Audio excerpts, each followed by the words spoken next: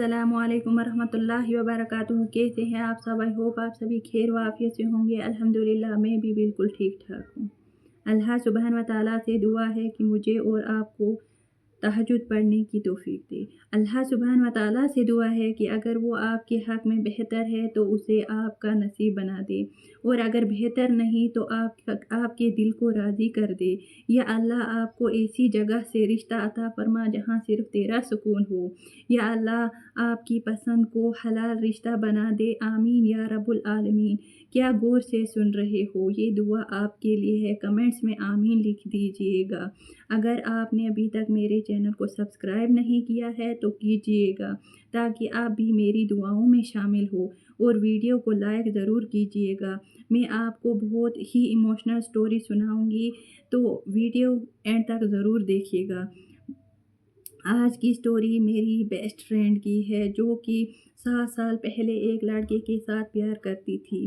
पहले तो वो इतनी मोहब्बत नहीं करते थे, बट टाइम गुजरता गया और उनकी मोहब्बत बढ़ती गई। पहले तो वो सिर्फ नमाज ही पढ़ती थी, बट जब उसको लगा कि ये मेरे लिए नेक लड़का है, तो उसने सबसे पहले पर्दा स्टार्ट किया, ताकि वो उसका फेस भी ना देखे, क्योंकि उसको इस्लाम का नॉलेज था, बहुत नॉलेज था। बट हमें शैतान नेक कामों के लिए कहाँ आसानी से छोड़ता है। तो उसने दुआ मांगना स्टार्ट की, और अस्तगफिरुल्लाह 1000 टाइम। फिर वो तहज्जुद तक पहुंच चुकी थी। उसके बाद वो लड़का जो था, उसकी जॉब भी नहीं थी।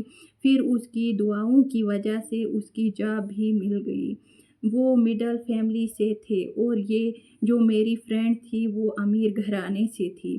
फिर उसकी दुआओं की वजह से उसने खुद का घर भी बनवा लिया। उसके बाद गाड़ी भी ली, और उन दोनों की जॉब एक ही ऑफिस में लग गई।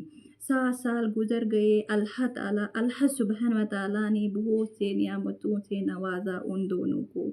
आखिरकार वो अपने पापा से बहुत डरती थी। एक दिन अचानक ही उसने अपने किसी रिलेटिव्स को बता दिया कि मेरे पापा से बात करो। कुछ ही दिनों में बात हो गई।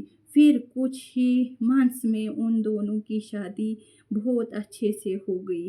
तो वो मुझसे अपनी हर एक बात शेयर करती थी, आज भी करती है। वो दोनों बहुत अच्छे से रह रहे हैं, बहुत खुश है। अल्लाह ताला से दुआ है कि हर एक लड़की का मुकद्दर उसी की तरह हो। आमीन या रब्बुल आलमीन।